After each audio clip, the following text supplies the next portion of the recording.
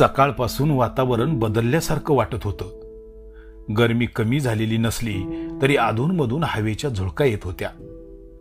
दुपार होईपर्यंत त्या झुळका सुद्धा बंद झाल्या. आभाळात ढग दाटल्याने काहिली अजूनच वाढली. शंकर बाबा आपल्या घराच्या बाहेर बाभळीखाली विचार करत बसला होता. पावसाळ्याची चाहूल लागल्याने त्याच्या डोक्यात मशागतीचे विचार सुरू होते. शंकर बाबा तसा गरीब शेतकरी, साध्या कुडाच्या घरात राहणारा, शेतीही अगदी जेमतेम. त्यात कुटुंबाचं पोट भरत नसल्याने शंकर बाबाचा पोरगा मधू मजुरीसाठी बाहेरगावी जायचा. आजही तो मजुरीला बाहेर गेला होता. घरातले कामधाम उरकायला आणि गोठ्यातल्या गाई गुरांची उठाठेव करायला सुनबाई घरीच असायची. ती दिवसभर राबायची. दुभत्या म्हशींचं दूध काढायची, सकाळी गावातल्या डेअरीवर नेऊन सुद्धा घालायची. स्वयंपाक पाणी करायची. मोकळा वेळ घावलास तर वैरण काडी आणायला रानात सुद्धा जायची. शंकर बाबाचं वय झाल्याने तो त्याला झेपेल तेवढेच काम करायचा. जनावरांना चरायला न्यायचा, त्यांना वैरण पाणी द्यायचा, गोठ्यात त्यांची बांधाबांध करायचा. शंकर बाबाची बायको गेल्या वर्षी आजारपणात गेल्यापासून तो जरा खचल्यासारखाच झाला होता. अंगणा शेजारच्या बाभळीखाली बसून सारखा विचारात घडल्यासारखा दिसायचा. शंकर बाबाचे घर गावाच्या बरेच बाहेर माळरानावर होते. त्यांच्या आसपास कुणाचा शेजार नव्हता. दुपार झाली तसा उन्हाचा तडाखा वाढला. शंकर बाबाने दुभती जनावरे गोठ्यात नेऊन बांधली. त्याचे आवडते दोन्ही खिलारी बैल सुद्धा गोठ्यात बांधले. त्यांना वैरण टाकून तो बाभळीखाली येऊन लवडला. सुनबाई रानात सरपण आणायला गेली होती. तिला यायला उशीर होईल हे जाणून शंकर बाबाने दार बंद करून बाभळीच्या सावलीत छानपैकी ताणून दिली. दिवस मावळता मावळता सुनबाई आशा सरपणाचा भारा घेऊन घरी आली. घराचे दार बंद पाहून तिने सासरा कुठे गेलाय हे पाहण्यासाठी आजूबाजूला नजर फिरवली. सासरा त्याच्या नेहमीच्या जागेवर गाढ झोपलेला बघून आशा सासऱ्याची झोपमोड न करता घरातल्या कामाला लागली. आशाने चूल पेटवली आणि तिने सासऱ्यासाठी चहा उकळायला ठेवला. आता बाहेर हवेचा जरा जोर वाढला होता, त्यामुळे दार धडाधड आपटू लागले होते. आशाने पटकन दार बंद केले आणि ती तिच्या कामात घडून गेली. बाहेर बाभळीखाली झोपलेला शंकर बाबा मस्त घोरत होता. त्याला बाहेर बदललेल्या वातावरणाचा तपासच नव्हता. बघता बघता वारा वेड्यासारखा वाहू लागला. झाडांच्या फांद्या गदागदा हलू लागल्या. केर कचरा आभाळात उडू लागला. त्या आवाजाने शंकर बाबा झोपेतून धचकून उठला. डोळे चोळत तो उठून बसला. तोवर वाऱ्याने वादळी रूप धारण केले होते. वारा दिसेल त्या वस्तूला अगदी झिंजाडून काढत होता. शंकर बाबा वाऱ्याचे भयंकर रूप पाहून हादरला.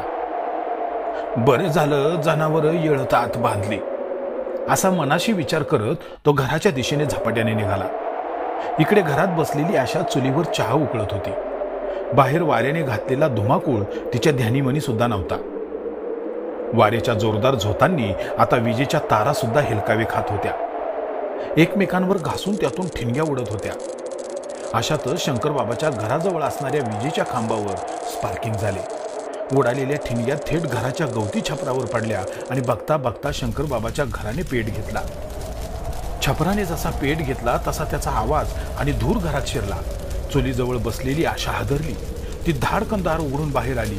बाहेर येऊन बघते तर काय, घर आगीच्या अकराळ विक्राळ ज्वाळांनी वेढलेले.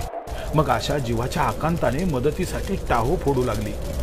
शंकर बाबाने पेटलेले घर आणि मदतीसाठी हाका मारणारी आपली सुनबाई पाहिली तसा तो जीव खाऊन तिकडे धावला. सासऱ्याला बघताच आशाच्या आसूंचा बांध फुटला आणि ती रडत रडत म्हणाली, मामनजी, अहो काय झाले? आपले घर कसे पेटले? आता ही आग कशी विझवायची मामनजी? मामनजी काहीतरी करा ना, नाहीतर आपला सारा संसार जळून खाक होईल हो.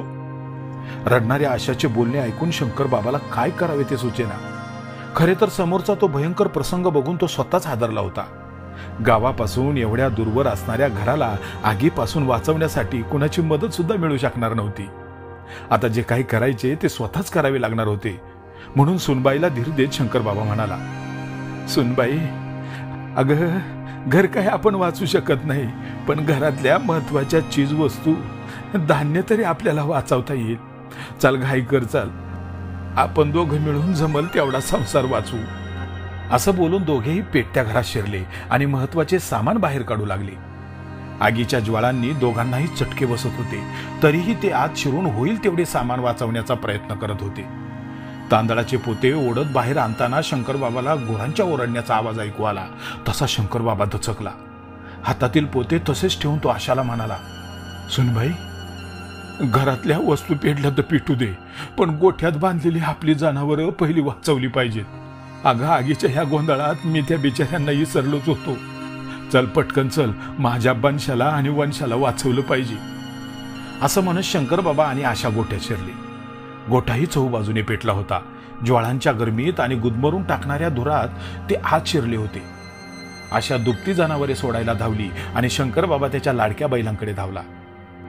अशा पेटत्या आगीत मालक आपल्याला वाचवायला आलेले बघून बैलांचे डोळे पाणावले. ते दाव्यातून सुटण्यासाठी हिसके मारू लागले. त्यांची ती अस्वस्थता हेरत शंकरबाबाने पटपट त्यांची दावी सोडली. तसे दोन्ही बैल आगीतून सुसाट बाहेर पळाले. एव्हाना आग बरीच वाढली होती. आता गोठ्यात थांबणे धोक्याचे होते, म्हणून शंकरबाबा आशाला म्हणाला, सुनबाई, तू बाहेर जा बघू. अगं, उरलेली जनावरं मी सोडतो. आग वाढली आता, तू नको थांबू इथं. मी पटपट गुरांना सोडतो आणि लगेच बाहेर येतो. सासऱ्याच्या आज्ञेसरशी आशा बाहेर पळाली. शंकरबाबाने मग घाई करत जनावरांना दाव्यातून मोकळे केले. सगळी जनावरे पेटत्या ज्वाळांमधून जीव वाचवत बाहेर पळाली. शंकरबाबा सुद्धा बाहेर निघाला, पण बाहेर पडण्याचा दरवाजाच आगीच्या ज्वाळांनी वेढला होता. शंकरबाबाला आता धड पुढेही जाता येईना की मागेही फिरता येईना. त्याचा मार्गच खुंटला.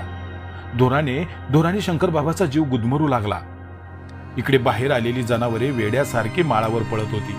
आगीत भाजल्याने त्यांना वेदना सहन होत नव्हत्या, म्हणून ती इकडे तिकडे पळत होती. पण शंकरबाबाचा बन्सी बैल मात्र अंगणात उभा राहून अस्वस्थपणे गोठ्याकडे बघत होता. त्याचा जीव वाचवणारा त्याचा मालक गोठ्यात अडकला होता.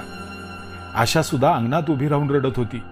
सासऱ्याला वाचवण्यासाठी मदतीच्या हाका मारत होती, पण त्या दूर असणाऱ्या माळ रानावर तिच्या हाका कोण ऐकणार. बन्सी बैल मात्र तिचा पिळवटून टाकणारा आकांत पाहत होता. मालक संकटात आहेत, त्यांना वाचवण्यासाठी इथे कुणीही नाही हे त्या इमानी बैलाच्या ध्यानात आले होते. मग मागचा पुढचा विचार न करता बन्सी बैल तिरासारखा गोठ्यात घुसला. गोठ्याच्या आत येताच तो पहिला शंकरबाबाजवळ गेला. शंकरबाबा गुदमरून बेशुद्ध होण्याच्या बेतात होते, पण बन्सी हात येताच ते सावध झाले. बन्सी त्यांच्या जवळ जाऊन त्यांना उठवू लागला. बाहेर जाण्यासाठी त्यांना ढकलू लागला. बन्सीच्या मनात काय आहे ते शंकरबाबाने ओळखले. मग बन्सी बैलाच्या आडोशाने आगीच्या ज्वाळांपासून स्वतःला कसं बसं वाचवत शंकरबाबा बाहेर आले आणि अंगणात येऊन कोसळले. बाहेर येताना शंकरबाबांचे अंग भाजून निघाले होते, पण त्यांच्यापेक्षाही बन्सी बैलाचे अंग जास्त भाजले होते. बन्सी सुद्धा शंकरबाबा शेजारी धापा टाकत बसला होता आणि आपल्याला होणाऱ्या वेदनांनी त्याच्या डोळ्यातून अश्रू ओघळत होते. शंकरबाबाने त्याची अवस्था पाहिली आणि त्याला म्हणाला, बन्सी, अरे शेवटी धावलाच ना देवासारखा माझ्या मदतीला. अरे मी तुला बाहेर काढले तर लगेच परतफेड केलीस ना तू. आज तुझ्यामुळं माझा जीव वाचला रे बन्सी. असं म्हणत शंकरबाबा रडू लागले आणि त्यांच्याकडे बघून बन्सी बैलाचे सुद्धा डोळे भरून आले. आपल्या सासऱ्यांना सुखरूप असलेले बघून आशेच्या डोळ्यात हसू तरळले होते, पण त्यांचे घर आणि गोठा मात्र जळून खाक झाला होता.